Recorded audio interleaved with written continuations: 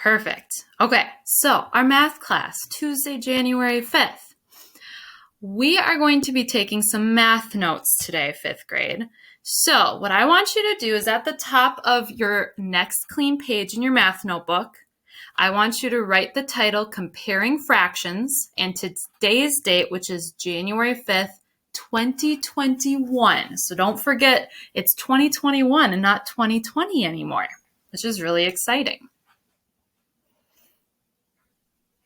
So go ahead and write that at the top. I'm going to bring this up and then bring it down so I can see you guys still. So our title is Comparing Fractions and our date is January 5th, 2021. And give me a thumbs up to your camera when you have that written down.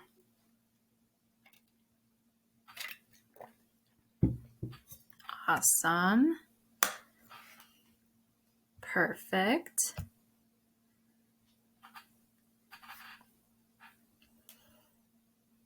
Awesome. Thank you for giving me a thumbs up when you got that written down. Once you have the title and the date written down, 5th grade, I want you to split your paper into 4 sections, just like I did. And I put 4 ways in the middle. If you want to do that, you can.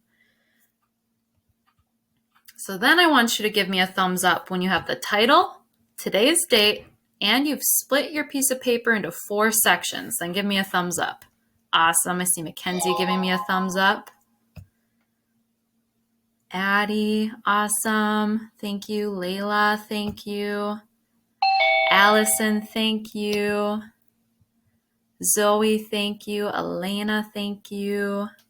Jack P, I think, thank you. Awesome. Let's see, Senna, Jack L, Eosius, Will. All right. Perfect. Drew rejoined. Awesome.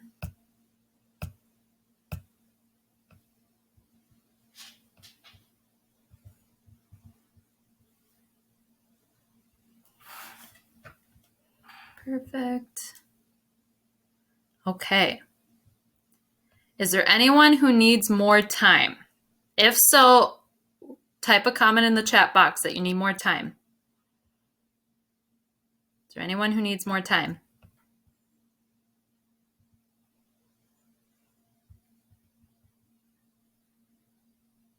Okay, so Philip, you go ahead and take some time to get the title and the date at the top, and then split your paper into 4 sections, just like I have.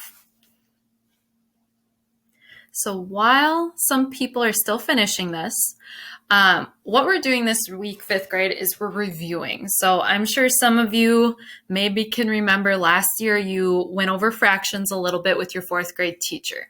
So this week, we're going to be just reviewing a lot of those skills before we jump into new fraction skills for 5th grade. So today, we're focusing on comparing fractions.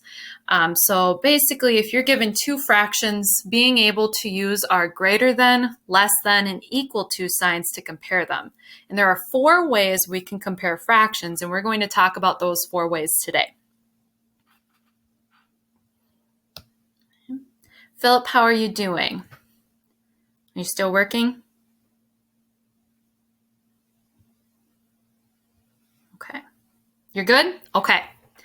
Anyone else who needs more time to get the title, the date, and split their paper into 4s? Let's see. Perfect. Oh, Eosius. Okay. All right, you guys. So what I'm going to do is go on to my next slide. So it's basically the same thing, except we're going to go through each of these quadrants because it's 4 spaces. Okay, so we're going to talk about the first 2 ways that you can compare fractions. And when I show you this, you might be like, whoa, Missy. Well, you know I explain things after we write them down. So the first 2 ways we can compare fractions is, don't worry, I'm going to zoom in a little bit. Let's go to zoom in like that. Perfect. Okay. So our first way, so in that top left box, we can compare the missing piece. So you'll see I have two fractions here. Let me pull this up so I can see you guys still a little bit. Okay. So I have two fractions here, 7/8 and 5/6. And if you're given these two fractions, for example, and asked to compare them, what you can do is figure out, okay, how large is the missing piece? So remember, when we have a fraction like 7/8, the denominator, that number on the bottom, that 8, that's how many pieces our whole has been split into. So if you see our, I don't know, pizza or pie, you can pick whichever one's your favorite. I've split it into 8 pieces. Okay. I've split it into 8 pieces. So that 8 tells us how many pieces to split the whole into. The 7 tells us how many we would fill in. So you can see out of these 8 pieces, 7 are filled in. And here's that missing piece.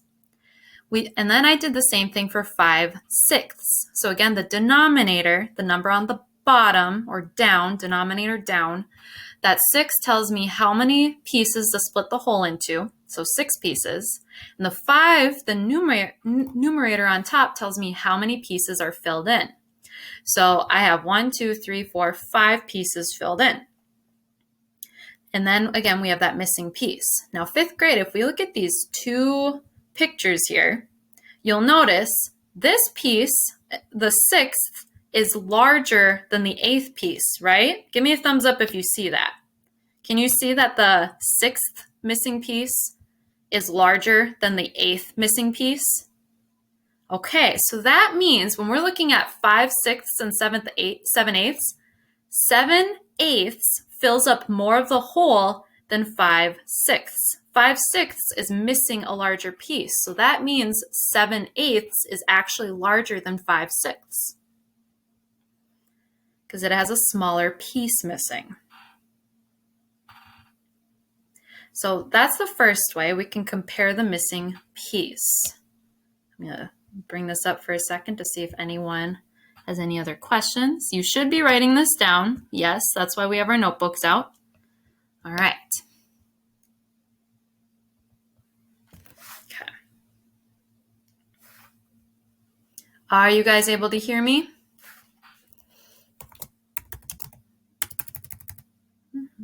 Now you can hear me? Okay. All right. Awesome. So then the second way we can compare fractions. So again, you're given two fractions and you're asked to compare it. We can compare it to a landmark fraction. And what a landmark fraction is, 5th grade, is it's one of those common fractions. So like 1/2, 3/4, anything like that.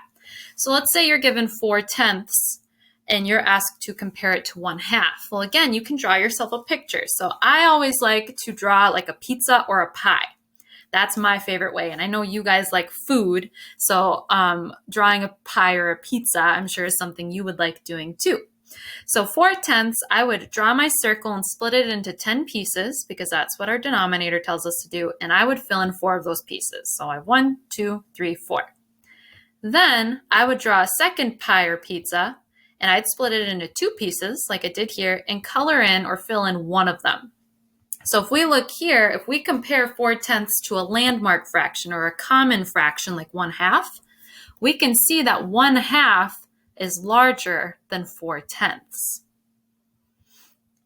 So more is filled in on the 1/2 than on the 4/10. We would need one more piece, one more 10th piece, in order for 4/10 to be equal to 1/2. All right, I still see people writing things down. You guys go ahead and keep doing that. You're doing great so far. Let's see if I can just bring this over here, off to the side. Yeah, okay. Perfect.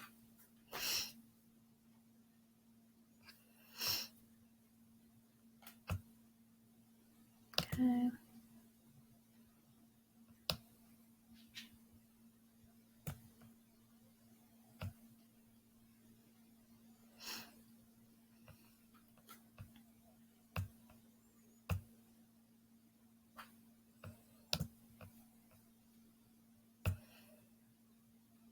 You guys are doing great.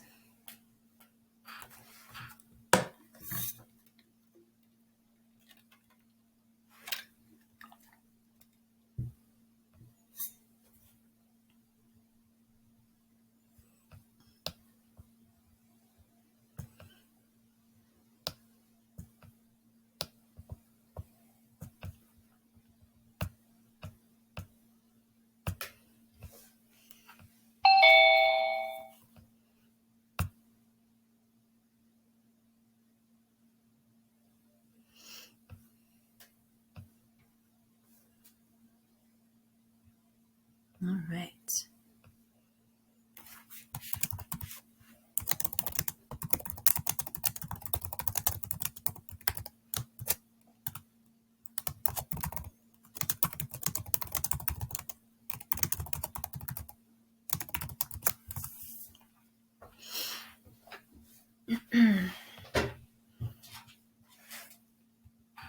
Awesome. All right. If you are done with the first two boxes, I'd like you to write in the chat box something like I'm finished or I'm done or I'm ready to move on. Go ahead and type that when you are finished with these first two boxes.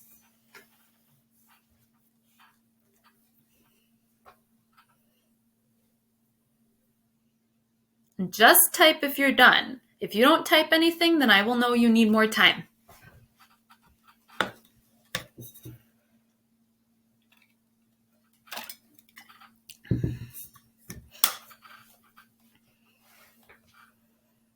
Perfect. Thank you guys for letting me know when you're done.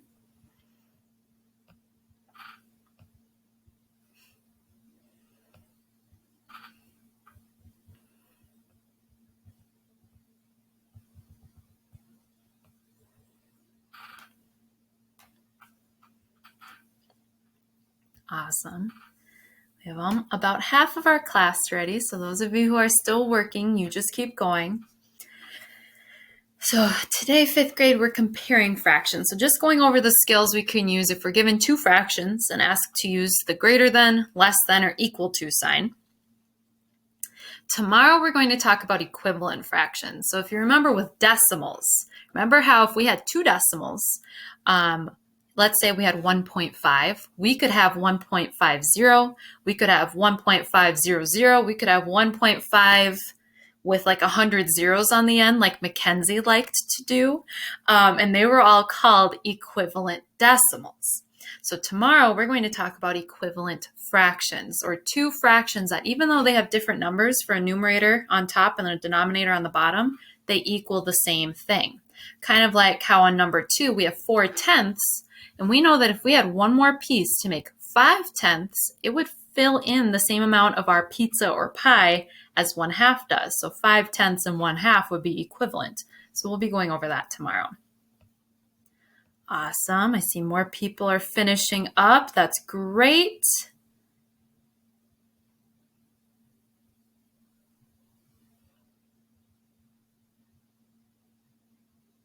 Perfect. Just be commenting if you're done. I'm watching the comments to see who's done. If you keep typing random stuff, it's going to be hard for me to see who's done.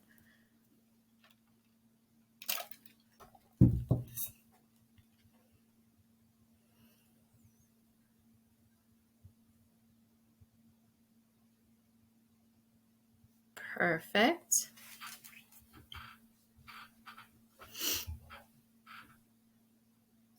If you are done, what you can do is go into the next two boxes and you can put a number 3 in the bottom left box and a number 4 in the bottom right box and get ready to add those two in. Awesome. We have a few more people.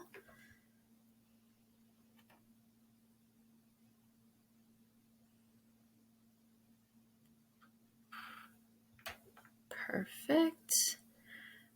I'm going to give you about 2 more minutes. About 2 more minutes.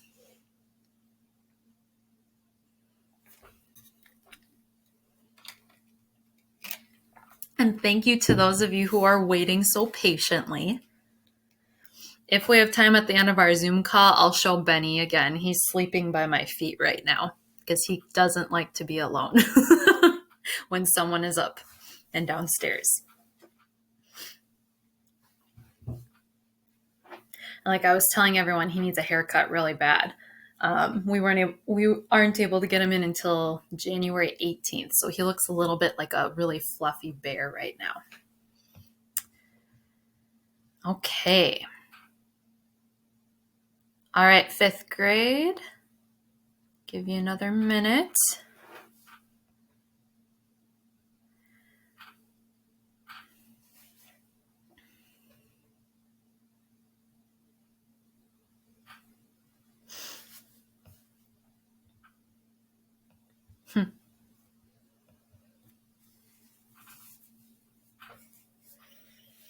Yeah, I mean, those puppies, they're very energetic. You're absolutely right. Benny kind of switches between being full of energy and wanting naps. He goes back and forth. Right now, he wants a nap. Okay. So 5th grade, I'm going to scroll down so we can see number 3 and number 4. Remember, I am recording this. So let's say you're almost done with number 1 and number 2, and you don't quite finish it. What I can do is email you guys the link to this video so that if you need to go over it again, you can, okay? So don't worry, you will still have time. So again, we have these first 2 ways to compare 2 fractions. Our 3rd and our 4th way to compare fractions. Oh, don't go over there, go over here. Okay, so these are my 2 favorite ways to compare fractions when either the numerator or the denominators are the same. Oh, let me scoot this over just a little bit. There we go. Okay, so number 3 is if the denominator is the same. So remember, the denominator, when you think denominator, think down. It's the number on the bottom. So when the denominator is the same, like in 3/10 and 8/10, we can compare the numerator. So again, if we think of this in terms of pizzas or pies, we split both of our circles into 10 pieces. 3/10 means that 3 out of the 10 pizza or pie pieces are filled in. The 8/10, that means 8 out of the 10 pieces are filled in. So you can see when we fill in 3 of those pieces versus 8 of those pieces, 8 out of 10 pieces is larger than 3 out of 10 pieces. So 8/10 would be larger than 3/10. And again, 8 pieces is more than 3 pieces. If you asked me, Miss E, do you want 8 pieces of pepperoni pizza or do you want 3 pieces of pepperoni pizza? I'm going to say 8 because you get more, right? I know that's a lot of pieces to eat. I don't think I could eat 8 pieces, but hypothetically, I'd want 8 pieces. So then on the flip side, if the numerator is the same, remember that's our number on top. That's the amount of pieces. So if the numerator is the same, then we compare the denominator. And you might look at this right away and go, well, Miss E, 1/4 versus 1/8, the 8 is larger than the 4, so wouldn't that be the larger piece? No. The reason being, if we have 1/4, that 4 tells us how many pieces we're splitting our whole pizza into. So here, if I split this into 4 pieces, so I draw one line all the way down, one line across, each of these pieces is this size, 1/4 of a piece, 1/4 of a pizza. That's how big the slice is. Whereas if we are splitting it into 8 pieces, the pizza itself is the same size, but we're splitting it into more pieces, which means each piece is going to be smaller. So actually, if we look at these two, you can see 1/4 of a pizza is larger than 1/8 of a pizza. So when the numerators are the same, you will find that the one with the smaller denominator is going to be larger because you're splitting the whole pizza into a smaller amount of pieces or a fewer amount of pieces. Whereas when that denominator is larger, you're splitting the pizza or the whole into more pieces, which means each piece is going to be smaller.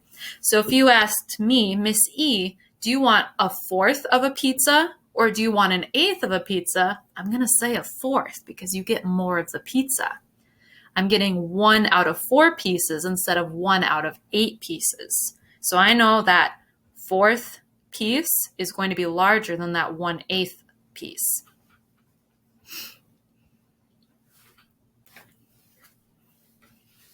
Again, 5th grade, when you are done writing these down, go ahead and write done or I'm finished in the chat box. Thank you, Sydney. And go ahead and don't forget to add these visuals too. Draw out these pizzas or pies. You could even label it as like French silk pie or cherry pie, apple pie, pepperoni pizza, Hawaiian pizza.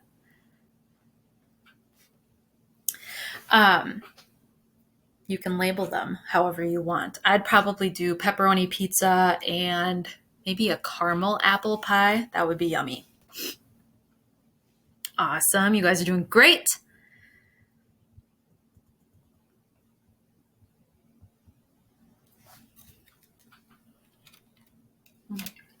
Michael, I'm glad this is making a lot of sense. That is awesome.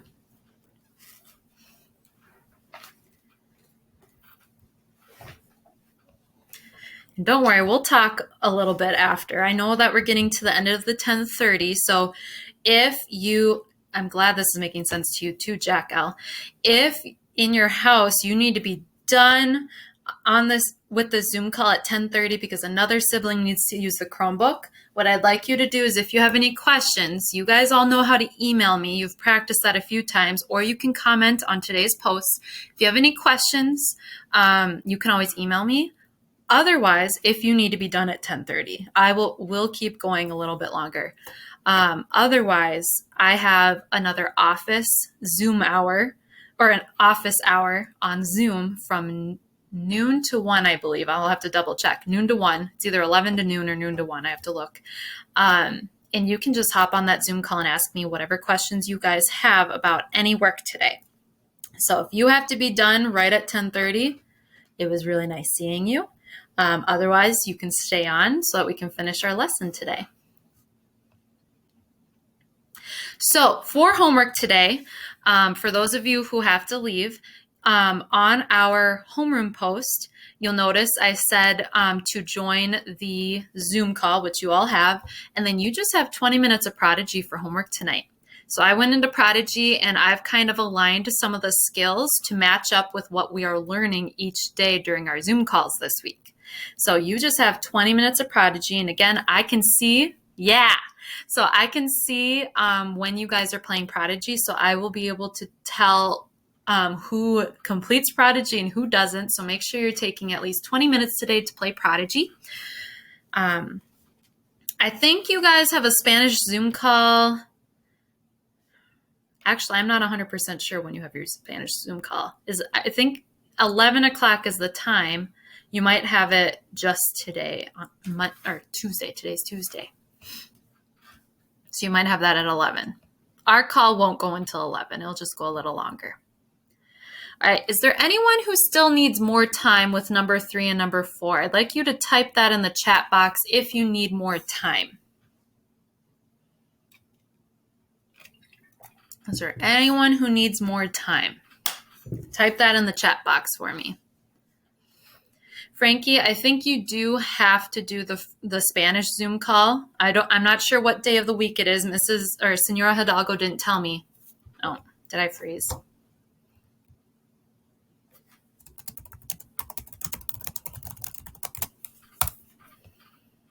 Can you hear me now?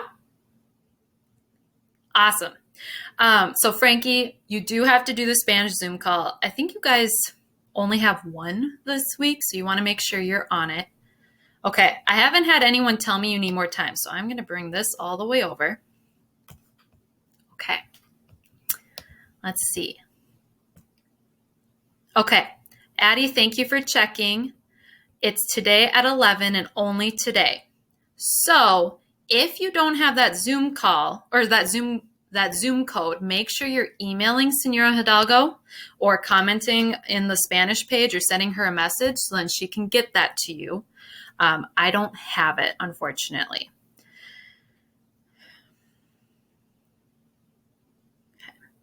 What I would do, fifth grade, is after this call, check the Spanish classroom page or your email, and then hopefully Senora Hidalgo sent it to you guys. I don't know. I can email her too. Okay, I'm going to stop sharing my screen.